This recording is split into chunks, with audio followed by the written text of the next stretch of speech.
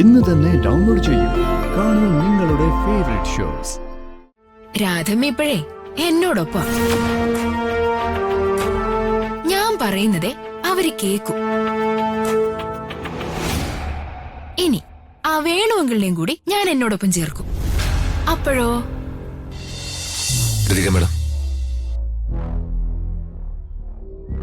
Madam കൂടുതൽ സംസാരിക്കണ്ട. അമ്മയ്ക്ക് ചിലപ്പോ പനി കാണും.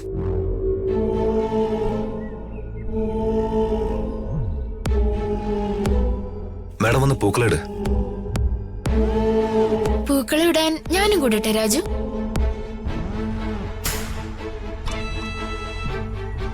ആർക്ക് വേണമെങ്കിലും ഇടാം. അത് എന്നോട് ചോദിക്കേണ്ട കാര്യമില്ല.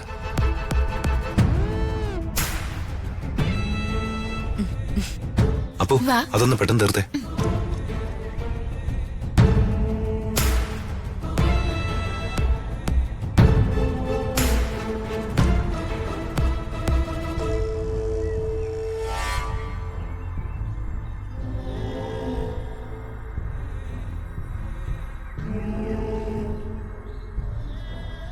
പ്രിയ ചേച്ചിയും വാ.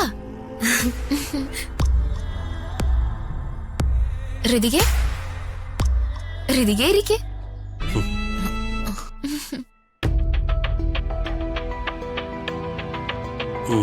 അപ്പോ അതെടുത്ത് കൊടുക്ക. അമ്മേ പതുക്കെ പതുക്കെ ഇങ്ങനെ അകറ്റി മാറ്റിയാ മതി. പല പ്രാവശ്യമാകുമ്പോ പിന്നെ വരില്ല.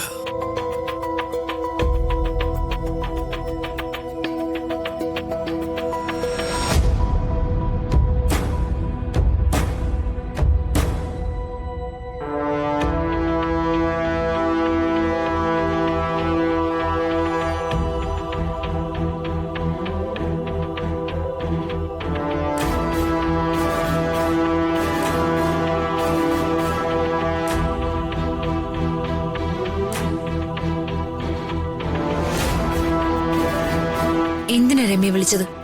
വെറുതെ വഴക്കുണ്ടാക്കാനാണോ? നല്ലൊരു ഓണക്കാല, വെറുതെ വഴക്കിനൊന്നും ഞാനില്ല. ഞാൻ നിന്നെ വഴക്കിടാനൊന്നും വിളിച്ചതല്ല. എനിക്ക് അതിനൊന്നും നേരവും ഇല്ല. പക്ഷേ എനിക്ക് നിന്നോടെ വേറൊരു കാര്യം പറയാനുണ്ട്. രാധമ്മ എന്നോടൊപ്പം ചേർക്കുമെന്നേ ഞാൻ നിന്നോടൊരിക്കൽ പറഞ്ഞിരുന്നു. അത് നീ മറന്നിട്ടുണ്ടാവുമെന്ന് എനിക്ക് തോന്നുന്നില്ല. എന്നാലേ നീ ഇത് കേട്ടോ, രാധമ്മ ഇപ്പോഴേ എന്നോടൊപ്പം. ഞാൻ പറയുന്നതേ അവര് കേക്കും. ഇനി ആ വേണുവെങ്കിലിനെയും കൂടി ഞാൻ എന്നോടൊപ്പം ചേർക്കും. അപ്പോഴോ അപ്പോ നിന്റെ അഹങ്കാരം തീരും. ഋതികേ, നിനക്ക് ഈ രമ്യ ശരിക്കും അറിയാൻ പാടില്ലഞ്ഞിട്ടാ. നിന്റെ സങ്കല്പങ്ങളും സ്വപ്നങ്ങളും ഒക്കെ കരിഞ്ഞുപോയി. ആ രാധമ്മയുണ്ടല്ലോ ഇപ്പോ ഞങ്ങളോടൊപ്പം.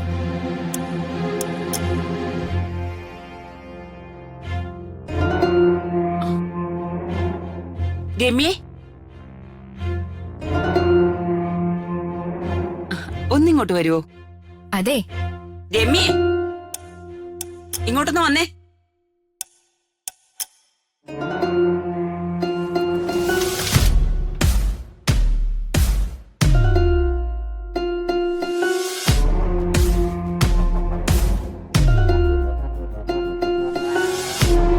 എന്താ? നീ ഒന്നിങ്ങ വന്നേ.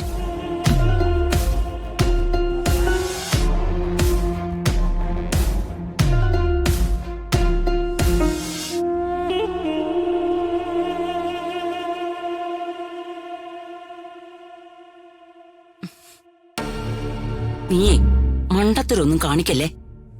എന്താ അംബിക മേഡം? എടി, രാധമ്മ രാജുവും നീയായിട്ടുള്ള കല്യാണത്തിന് വാക്ക് തന്നിട്ടുണ്ടെന്നുള്ള കാര്യം തൽക്കാലം അവൾ അറിയരുത്.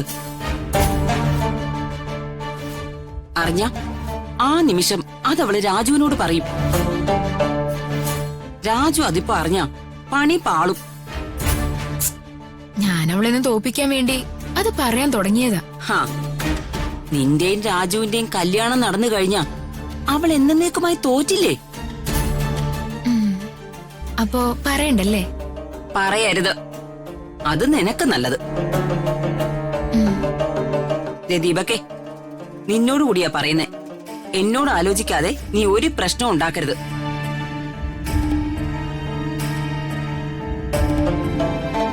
നീ എന്ത് പ്രശ്നം ഉണ്ടാക്കിയാലും അത് ബൂമറാങ് പോലെ നിനക്കെതിരെ തന്നെ തിരിച്ചു വന്നിരിക്കും.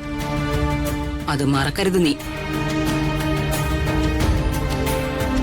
ഞാൻ പ്രശ്നമൊന്നും ഉണ്ടാക്കുന്നില്ല. എന്റെ നേരെ വന്നാ ഒന്നിനെ ഞാൻ വെറുതെ വിടുകയില്ല.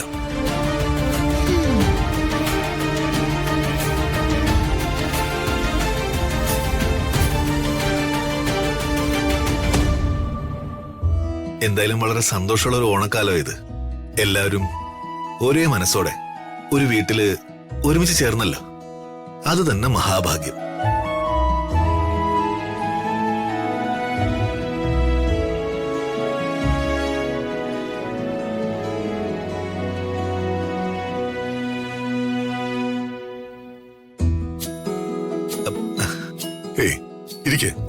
ഇരിക്കമേ.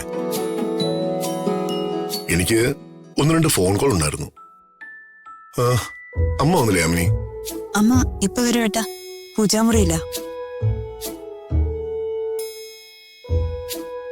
ഈ ഇരിക്കുന്നവരെയൊക്കെ ഒന്ന് പരിചയപ്പെടണ്ടേ വർമ്മ സാറ്?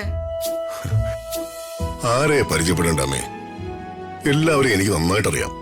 അയ്യോ, അത് ശരിയാണല്ലോ. ഞാൻ എന്തൊരു വിട്ടിയാ. അല്ല, ഇതെല്ലാം പ്രതാപ് വർമ്മ സാറിന്റെ വോട്ടുകളല്ലേ? അയ്യോ, വോട്ട് ചോദിക്കണമെന്നല്ല ഞാൻ എല്ലാവരെയും ക്ഷണിച്ചത്. ഞങ്ങൾ സ്നേഹിക്കുന്നവരും ഞങ്ങളെ സ്നേഹിക്കുന്നവരെയും ഒരുമിച്ച് കൂട്ടി ഒരു ഓണാഘോഷം.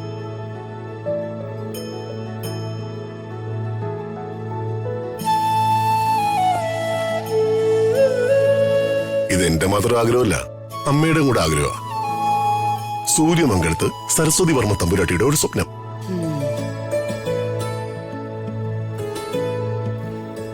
മനുഷ്യരെല്ലാം ഒരുപോലെ, കൂടപ്പറപ്പുകളെ പോലെ, ഉറ്റ മിത്രങ്ങളെ പോലെ ഒരേ മനസ്സോടുകൂടി ജീവിക്കണമെന്ന ആ പഴയ ചക്രവർത്തിയുടെ സ്വപ്നം.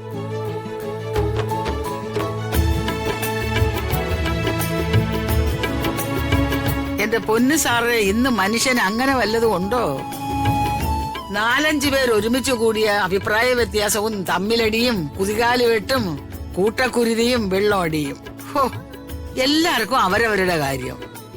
ഒരു സമത്വം ഇല്ലെന്നേ. അമ്മ ഒന്ന് മിണ്ടാതിരിക്കേ. സാറ് സംസാരിക്കട്ടെ. നിങ്ങളുടെ കളിപ്പുള്ളല്ലേ ഇരിക്കുന്നത്. മിനിസ്റ്റർ. അതൊക്കെ വിട് ചെയ്യാ. ഞാനിപ്പോ മിനിസ്റ്ററായിട്ടല്ലോ നിങ്ങളുടെ മുമ്പിൽ ഇരിക്കുന്നേ. നിങ്ങളിൽ ഒരാളായല്ലേ? ജയാന്നല്ലേ സാർ ഇപ്പൊ എന്നെ വിളിച്ചത്? അപ്പൊ സാറിന്റെ പേരൊക്കെ ഓർമ്മയുണ്ടല്ലേ? അതിലെന്താ സംശയം? രാജു എനിക്കെന്റെ മാനസപുത്രനല്ലേ?